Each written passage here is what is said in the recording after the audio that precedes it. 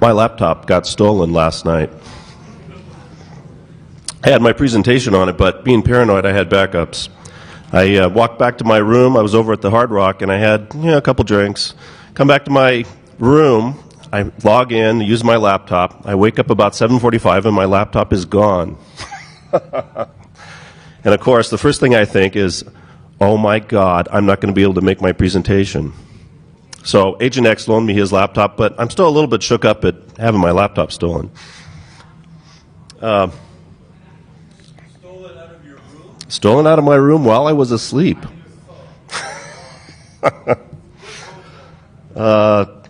Terrible, terribles. Isn't that appropriate? Anyway, I'm gonna start this off with a story. Last year, I managed to piss off my audience in about 5 minutes. And this year I'm going to do something a little bit different. I'm going to aim for 3 minutes this time. I got hacked. And we're here at the DEFCON conference, and everybody's, I'm sure everybody's thinking, well, yeah, of course you got hacked. You're at the DEFCON conference. I got hacked about 4 or 5 months ago. I've been in a very strange online relationship with a woman for about 5 years. And it's filled with all kinds of strange things. It's filled with love and hate and obsession and domination and a lot of weird things. What? This one, trust me, I've described it to friends and they don't comprehend it. But anyway, I've been in this relationship. So I'm in Miami and I'm doing contract work, and I start looking for a new contract. And how many people here do contract work? Wow, really? Most of you guys are regular employees? Wow. Okay, so, well, if you don't know the contract world, you deal with a lot of anonymous recruiters. They come and they go. Once in a while you see one again, and he remembers you or you remember him. But for the most part, it's pretty much like a free market. Come and go, come and go. So I start looking for another gig, and a recruiter calls me up, and I start working with her for about 4 or 5 months. And she's helping me out more than recruiters normally do. She's giving me tips, telling me to do follow-up letters, change my resume, this and that. And it goes along for a few months. And then about 2 weeks ago, I get a phone call late at night. And it's her, and she wants to talk. And she starts rambling on various things. Now, we had ended up talking quite a bit about our own lives. She starts rambling on, and she asks me about my divorce and, how's your divorce going? And then she says, I've got a friend. How would you like to meet my friend? She's a movie producer, scriptwriter, author down in Hollywood. And at that point, my mind went, oh, fuck. This woman knows the woman that I've been involved with for 5 years. And we go on for a little bit longer.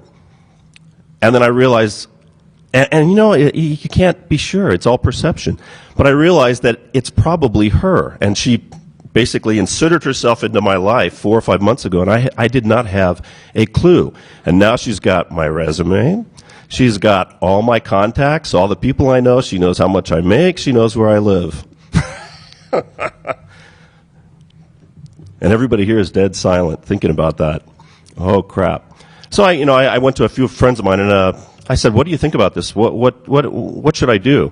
And I asked 6 of my friends, 2 of them here right now, and maybe more than 2.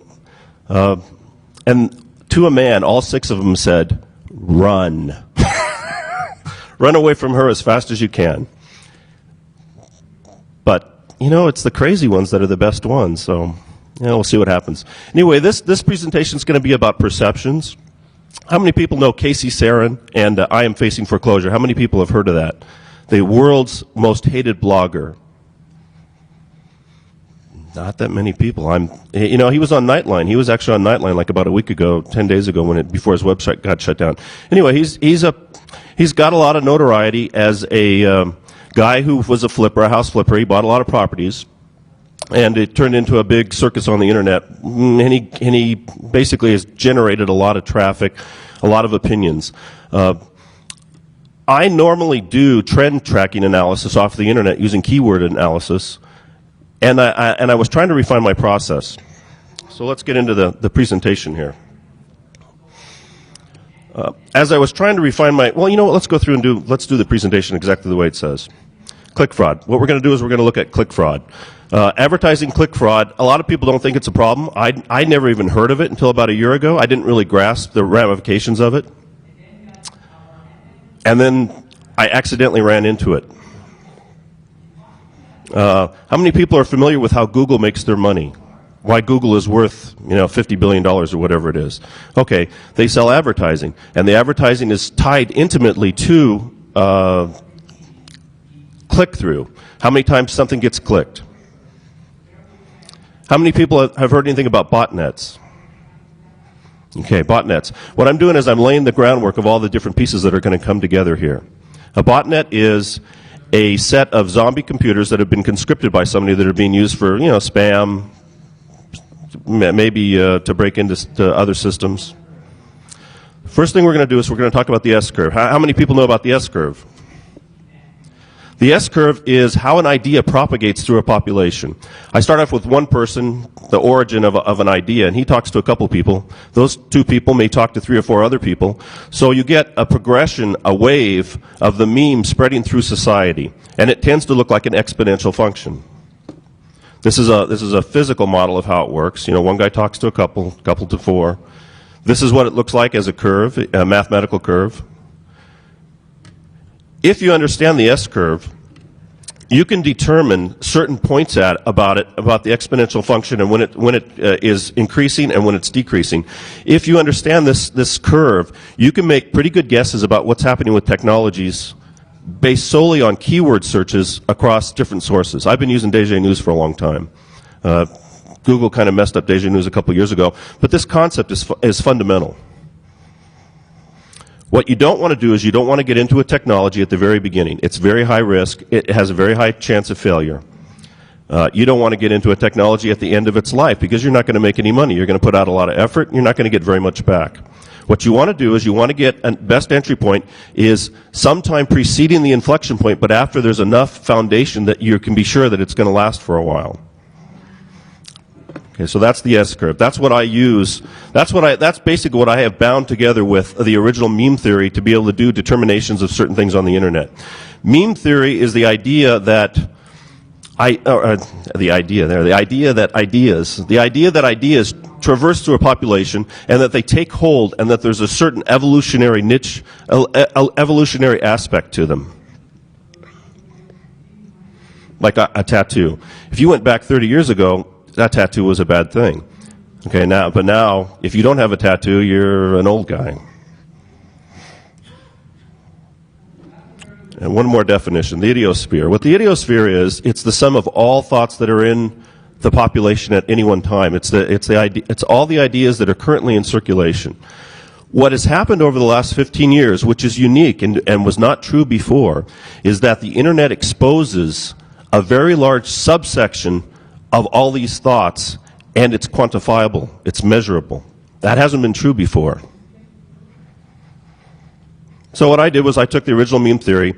The meme guys were very theoretical, and they did a lot of noun-based approach. They didn't have the same background that I have. I was originally did electronics. I dealt a lot with electron flow. I look a lot at network flows, things like that. So what I tried to do was bind the idea of memes to the idea of electron flow. And I created a little tool. There's several little tools out there right now that do the same thing. There's a lot of data analysis going on. You would be shocked at the kind of value that you can pull out of the internet just on keyword searches and applying certain operations to them. So anyway, I wrote this little tool, MemMiner. This is an idea right here of the S-curve. I used to write in Delphi. I got into Delphi at the beginning, before it peaked, and I got out of Delphi once I saw that it had ramped up and it was ready to fall apart. And I got into Java because the Java meme was ramping up. So over the last 10 years, I've made a lot of my career decisions based on data analysis of what's happening in technical trends based on keyword searches. I used to use Monster. I used to use Dice.com. Here's an example of the power. Everybody talks about the Easter Bunny at Easter. I mean, it's pretty obvious, right? But once you see it on a graph, you think, wow, there's a lot of things going on here that I could probably pull out data on. Now the idiosphere, the thought of all thoughts that are in circulation right now, is subject to things just like a network. It's subject to quality of service. It's subject to bandwidth. It's subject to latency. So if you know those things, you can look for a switch. On 911, what happened, if you look at this graph right here, there's a certain amount of the time that we spend thinking about sex, right? And it's fairly constant. You can see from the graph there, although lately it's been getting really high. When 911 hit, everybody quit thinking about sex and started thinking about terrorism. See that switch? That is quality of service. That's a network with quality of service kicking in. But anyway, memes tend to propagate as an S-curve. That it's very generalized. It's not. Once you work with it for a while, you realize that it's really flaky. But it gives you kind of something to go by. An assumption is that as memes propagate through the internet, they will be bound to some sites more than they are to other sites, but there will be a general progression, a general measurement that you can make between sites to get an idea if there really is a true trend going on. I used to use Deja News because it's a very big set. It's millions of people, it's hundreds of, well, probably thousands of news groups, so it's a very good sample set that eliminates a lot of skews. But it doesn't give me true values for certain things. So what I did was I tried to refine the model. I tried to look at multiple sites and then measure that memes are propagating across them. I looked at Deja News. I defined things as a communication site, a primary site. That would be like email. That would be MySpace, blogs, anything with primary source where ideas are happening. Secondary source would be a measurement venue like Alexa or network, I can't remember now, Alexa. Somebody that's measuring other sites would tend to see some of those trends also. And then the third thing I wanted to look at was reference sites like Google, which do search engines, which also do searches of blogs and record information. So I should be able to see a trend occurring in all three of those venues if it's a true trend. So I started applying this model. I looked at MySpace meme. MySpace meme peaked out at rate of change, not in total growth, but in rate of change. It peaked out in 2006. I applied my model to it, and I found out that Deja News showed a peak in January, Alexa shows a traffic peak in March, and Google shows a peak in July. So here's my tool. The rate of change is going way too high to be sustainable. Here's the inflection point for Alexa. Here's the inflection point for MySpace on Google Trends tool. So my tool works. Wow, I've done something. I've refined the tool and it works. So then I started applying it to other sites to get a little bit more proof behind it, to get the better validation. This is what's really going on. The communication venue is the primary source. The measurement venue has a latency to it, and the reference venue has a little bit more latency to that. And the values here are relative. So I decided to test a new site that I had come across, IamFacingForeclosure.com. And it was growing really fast. It was a very rapid growth. And I didn't see the same kind of pattern. It didn't match my tool set. I got nothing in my tool. Deja News doesn't know anything about Casey, doesn't know anything about I Am Facing Foreclosure. Google Trends doesn't know anything about Casey or I Am Facing Foreclosure. So now I got a quandary. I have huge traffic, more than any of the other sites I'm testing, but it's not showing up in two of my venues, so now there's something wrong with my model. So I started thinking about, how else can I test this? And this is the model right here, that basically, as a meme propagates, it tends to seep into other sites, and you can detect some kind of traffic difference. You may not see the same rate of change, but if Casey's site increases 10 times in traffic, I should see reference calls in Google that go up some amount. It shouldn't go down, and it shouldn't remain the same. There should be some measurable change in the same direction. So here's I Am Facing Foreclosure. As their traffic goes up, I should be able, what I did was I bound my site to Casey's site. I posted to his site to see if I could slice off some of his traffic, some of his comment traffic. I've done this before. And I got nothing. I didn't get any kind of measurement at all. So then I started looking at another way I could do this. I did what I call a secondary binding. I bound my site to keywords that Casey's site is also bound to, so that on the search results for Google, I would be in the same top 10 list as Casey. So now if Casey's traffic to Google increases. You know, if the queries to Google increase 10 times, and I'm on the top 10 of the page, I should see some kind of increase on my site, right? That all makes sense, doesn't it? Does it not make sense?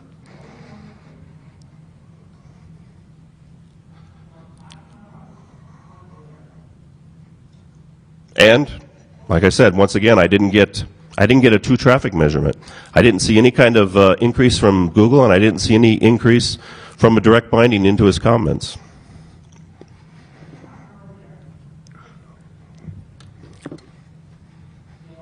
So now I'm wondering what's going on.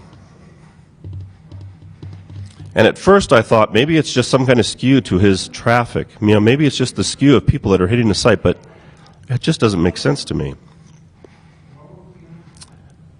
I posted to Casey's site that the anomalous traffic was very odd. I posted that on his site. And about 2 days later, all of a sudden I get a flood of traffic, very strange traffic, and this is what I'm going to show you right now, is what came into my site after I had posted comments about how anomalous his site was. I've got one IP here, which is mimicking 6 different machines, at the very least, simultaneously. I know my traffic. I don't get traffic like this. It would be possible to have 6 different operating systems off of a big corporation that was hitting my site, but I don't get traffic like this. The sizing of the pages that are being hit is too similar. See how it's working within a range? 39, 37, 35, 39, 37, 38, 36. Look at how the page hits are identical. And look at how fast the traffic's coming in. I mean, I got like 10 times my normal traffic in the space of about an hour. This is artificial traffic. This is being generated. That I'm sure of. See how rhythmic it is? And there's no entry point. It's not somebody that's reading my site. They're going right to a link. They're going right to a link, and they're going to old links. They're not going to new links. I know my traffic. 90% of my traffic is things that I post new. People rarely go back and look up something. And when they do go back and look up, they're a minority. They are not the majority of my traffic. They're not 90% of my traffic. So all these things came together, and I started thinking about this, and I realized this is artificial traffic. I'm not the smartest guy in the world. And I got a little bit out of my range here. So this is where I tried to induce a secondary seepage. I basically bound my site to the Google search results that Casey was getting, so I could test and see. And now I'm getting a slice of traffic directly from IAFF, I am facing foreclosure, and from Google search results, and I still am not getting the traffic that I should see. Now, if anybody knows about Casey, they know that he got kicked off of, about a month after I realized all this, he got kicked off of Google for click fraud. And he got thrown off Yahoo for click fraud. I cannot prove that Casey was involved in click fraud, but I can show a strong association to him.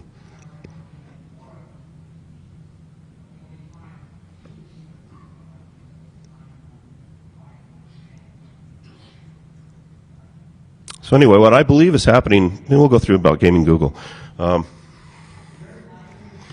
This is what the bad guys are doing. They're using a botnet to control a bunch of bots, and they're generating artificial traffic against Google in order to boost clicks so that people make advertising money. And Google published a paper earlier this year that went into detail about a thing that they call Clickbot Network A, and it goes into much greater detail than this, of exactly how they're exacting the money and how the fraud is going on. Google claims that the fraud is about 1 or 2%.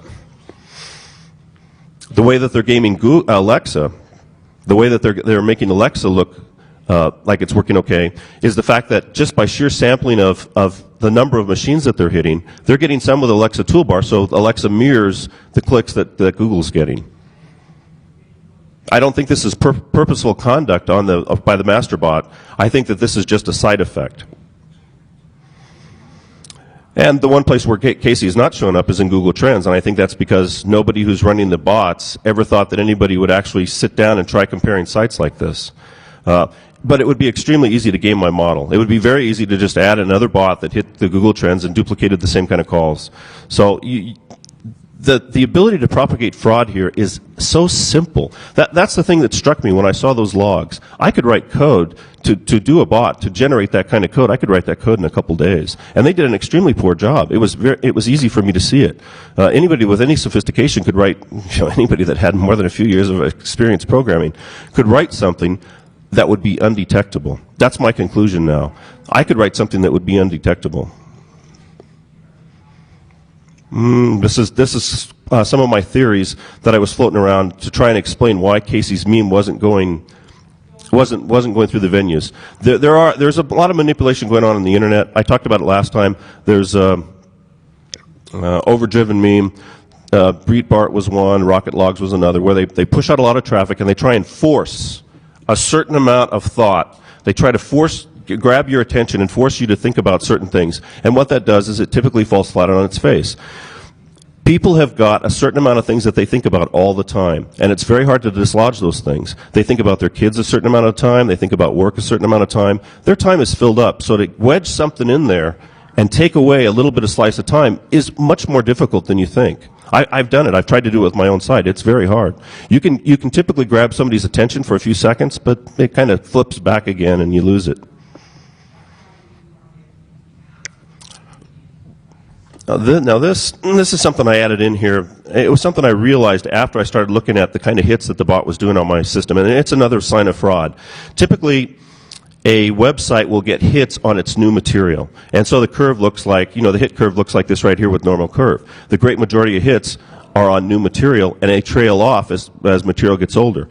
The way that the botnet was hitting my site is the blue curve. It was referencing old material, and it was referencing it in a linear pattern, which tells me that they were going to my site, they were sampling all the pages equally, and then just running it through an engine where it just picked them out at random. They're not even trying to match this curve. So this is another venue that you could find to detect curve, is by looking at the decay curve of how web pages are being called. And once again, this would be very easy to mimic if you're aware of it. Once you realize, oh, you know what? I should be hitting the new material and I should apply an exponential function to the random sort that I choose pages from. It could be very easy to mimic this.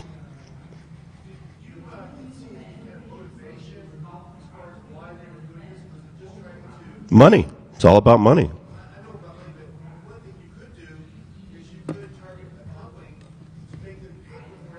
Yeah, right. That's one of the frauds. Yeah, exactly. Was that motivation, or was it towards trying to boost Google's revenue? Oh, well, I would say in Casey's case, adding a disclaimer here that I can't prove that Casey was doing click fraud, I would say that his total goal, he admitted his goal, it was to make a lot of money off of his website. He was trying to get it up so it was generating, like $7,000, $8,000 a month.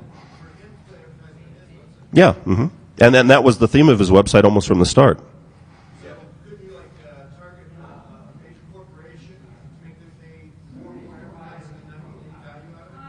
Yeah, that's been done. Actually, that's an actionable case. There was a lawsuit last year on that. Now, actually, conducting click fraud directly, I'm not sure what the legality of it would be from Google's standpoint. I'm a little bit surprised. I expected Google to be more paranoid about the click fraud. Like I said, I wasn't aware of it a year ago. I just stumbled into this completely by accident. And I wrote this thing up and submitted it to DEFCON, and I wasn't really sure it would be accepted as a presentation. But I figured, well, I did this, I'll write it up, see what happens. But I am shocked at how easy it was to find click fraud, and I am shocked at how easy it is to propagate it. I realized, looking at the logs there and what they're doing, TCP/IP and the web were never designed to assign a unique identifier to a person. They were never designed to enforce identity, and what Google has done is they have bound their advertising model to what I believe is a fairly flawed model. But it hasn't shown up yet in their stock. It hasn't shown up anywhere. What we really need to be able to detect if there's a bot behind a click, I sat there and I thought about it for several days, several weeks. How can I identify a person? How can I know that there's a person behind this system? How can I know that my advertising is truly giving me money? How can I know that I'm doing advertising and it's being effective? And the more I thought about it, the more I realized there's virtually nothing that I can't duplicate programmatically. The only thing I can't duplicate programmatically is an actual sale. So my my theory, and I'm not I'm not an expert on this, but I don't see how the advertising model that Google's following can't eventually be tied back directly to sales. I think eventually there's going to have to be a direct connection back to real sales, and they're going to have to abandon the by-click model. It hasn't happened yet. I'm sure Google would deny it or not want to talk about it, but it's just too easy to mimic this stuff. Okay, so click fraud's more pervasive than it's been reported. I was able to detect it with by accident just by looking at the traffic across sites and comparing it. But I think botnets are much more serious than anybody's been led to believe. I didn't hear about botnets until about 2 years ago, and I didn't pay a lot of attention to them until I got involved with this. And then when I'm getting traffic from a botnet, I'm thinking, wow, that's like a couple hundred lines of code. And I do think Google will have to address this eventually.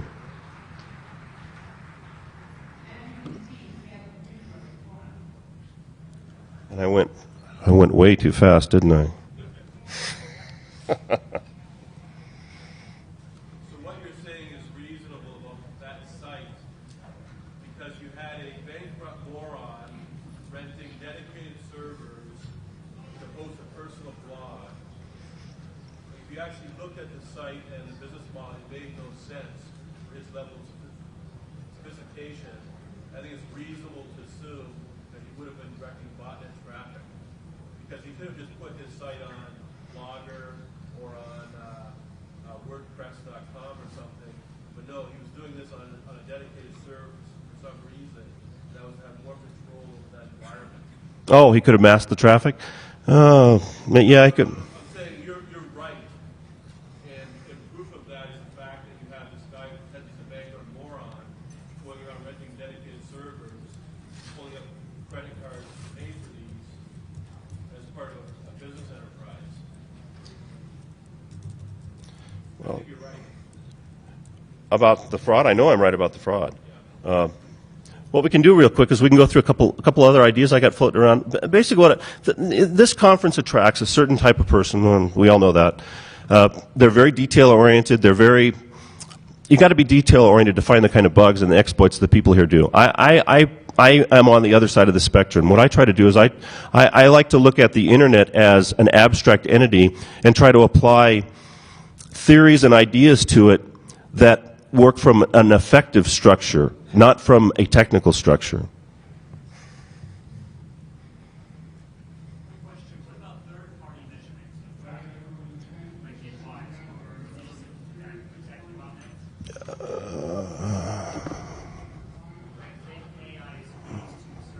Yeah, right.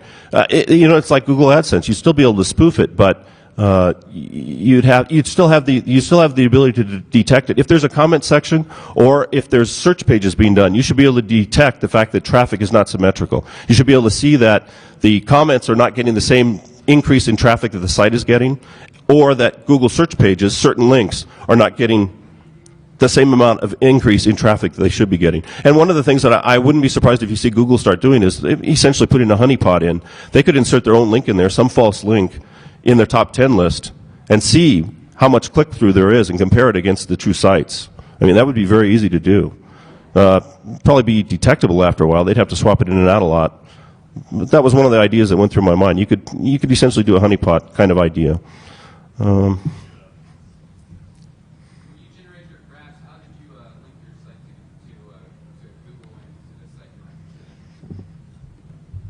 That's for next year. There's a lot of things you can do to manipulate Google. And I probably shouldn't say that because I haven't done it.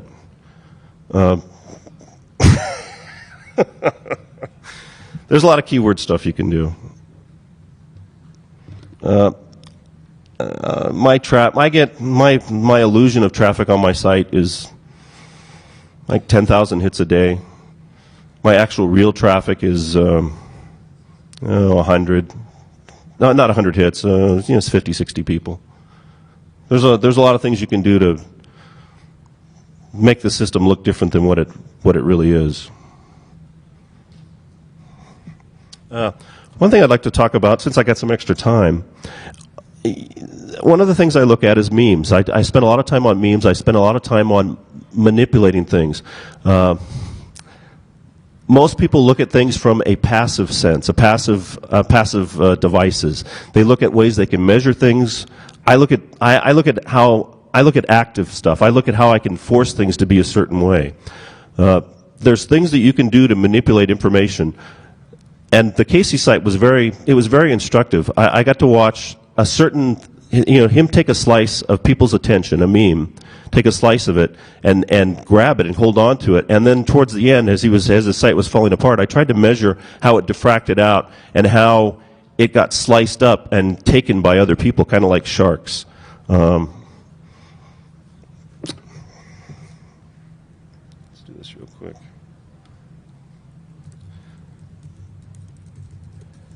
And this is all very flaky theory. One of the nice things about DEFCON is they let somebody like me talk.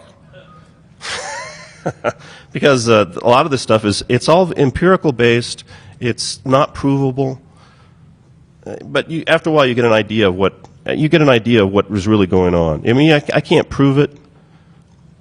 This is an idea I worked up almost 2 years ago. I call it defraction. It's the way ideas move through the network.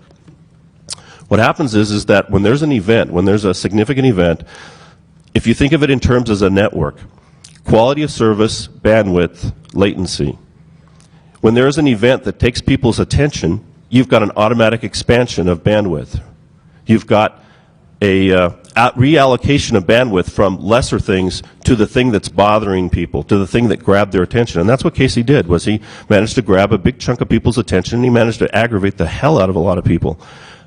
I call that diffraction. It's measurable. That's what's different now than what 15 years ago. Nielsen was taking samples from people for television, but the internet is far more pervasive, far more granular, and it's quantifiable. So what I look for now is, what I'm going to do is I'm going to float a theory for you, which is very subversive, but I think you'll eventually see something like this happening. It is possible to take and measure keywords as people are talking and look for a diffraction. This is a diffraction when the Pope died. There's normally a certain amount of bandwidth that's being allocated. If you look through the before the peak there, it varies up and down, but there tends to be a steady bandwidth of what people are talking about with the Pope. Pope dies, now there's suddenly a reallocation of bandwidth. People are talking a lot more about the Pope, they're talking about his death. But if you do manipulations on the data, you can see that the Pope's death is not the only idea that gets spawned. There's several additional ideas that are spawned at the same time, like who will replace the Pope? What did the Pope do in 1987? There's a whole range of things. I call it diffraction. There's a certain amount of bandwidth which is popped. I got a bunch more bandwidth now, and it's doing a bunch more things. And one of the things I want to do, not me, but maybe subversive people want to do, is I want to grab that bandwidth and I want to reallocate it to my stuff. I want people to read my stuff. I don't want them to read about the Pope. So what I can do is I can try and bind, if I can find a diffraction, if I'm monitoring a site, let's say that I'm reading LiveJournal, let's say that I'm looking at a small group of people, two or 300 people that have some kind of shared interest, and I monitor their keywords and I wait for a diffraction. What a diffraction tells me is that they are now at a susceptible point. There is bandwidth that's been freed up that's in flux. And that's a point where I can inject my ideas and I can sway opinions. It would be very easy to set up a feedback loop. We could automate a lot of it, where you'd monitor a small group, watch for certain keywords. When keywords were triggered, you inject certain keywords and try and walk people over into other ideas. And it's very subversive. And I can't prove that I've done this, but I'm fairly sure I have.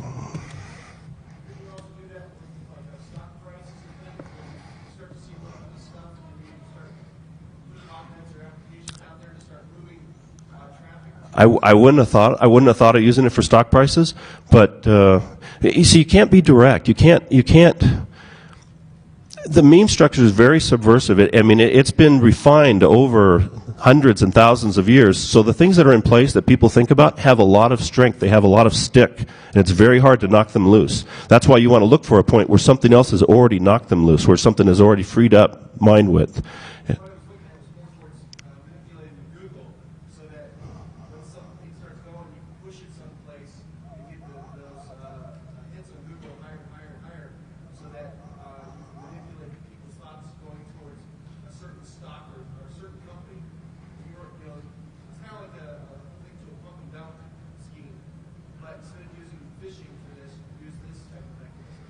Yeah, that's probably being done. There's a lot of things going on the internet that I don't think people are aware of, like the breedbart meme. There's definitely companies out there. Once again, I can't prove it. All I can do is read the trails, read the entrails. But there's been memes that have been forced where people have tried to do a broad push and then it's died out because there's just, there isn't real demand there in people's minds. They're not willing to dial into it and listen to it.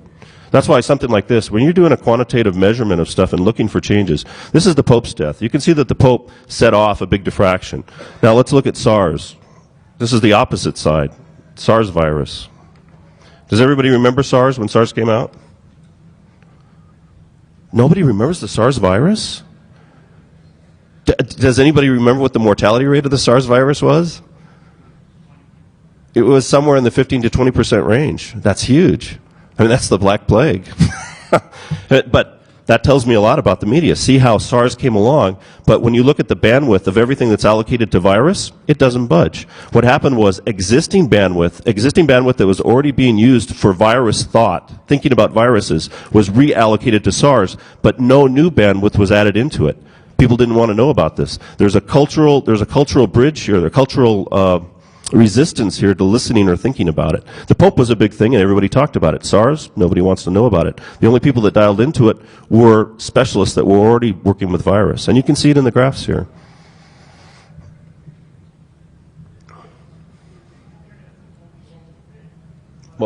What? I used to buy that. I went down that path. SARS was global, and the Pope was global. So these were taken almost at the same time, and they're very similar populations. I have played around with international stuff. You can subset DG News by U.S. groups, Denmark groups, and you know what? Since I still got some time, yes, I'm searching English keywords and. Yeah, I know. Here, since you guys have interest, then we'll go ahead and look at it. Since two people have interest.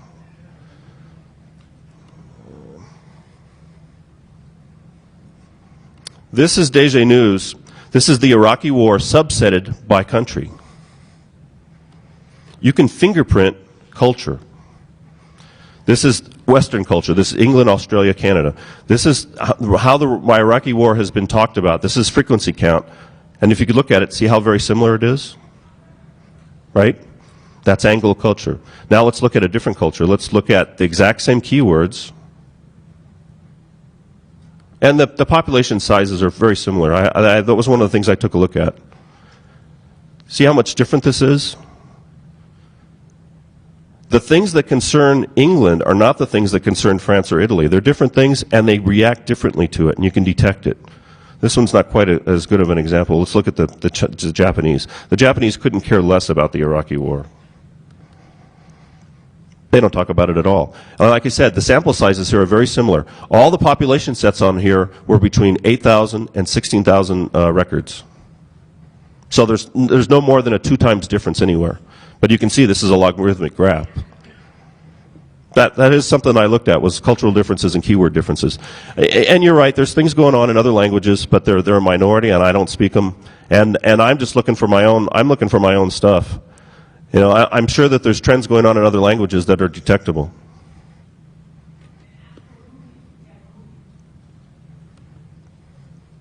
Can you talk a little bit more about the trade of money, the botnets that were using? Clickbot A. If you do a search, that's good.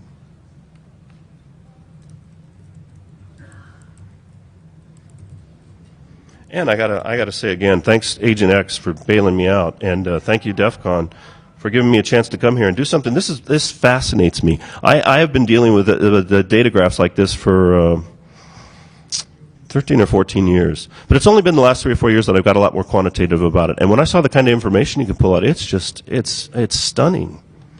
There are patterns. Click bot A. Google put a paper out on click.a. That's it right there. So that's what you look for, clickbot.a. And it goes into a lot more detail. It's a very technical paper written by two guys at Google that know a lot. They know what they're talking about. They identified a botnet that was defrauding Google. It was running about 100,000 systems. And their estimate was that it was defrauding them of maybe $50,000. I question the numbers. I think the fraud was probably, and they didn't give a time frame on that. They said $50,000 per some period, but they didn't specify the period. So it could be $50,000 a week, it could be $50,000 a month.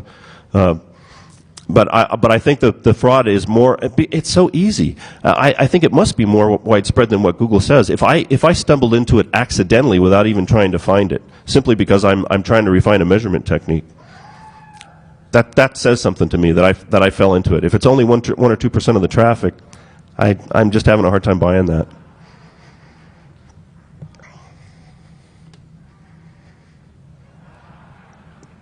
Any other questions? Sure.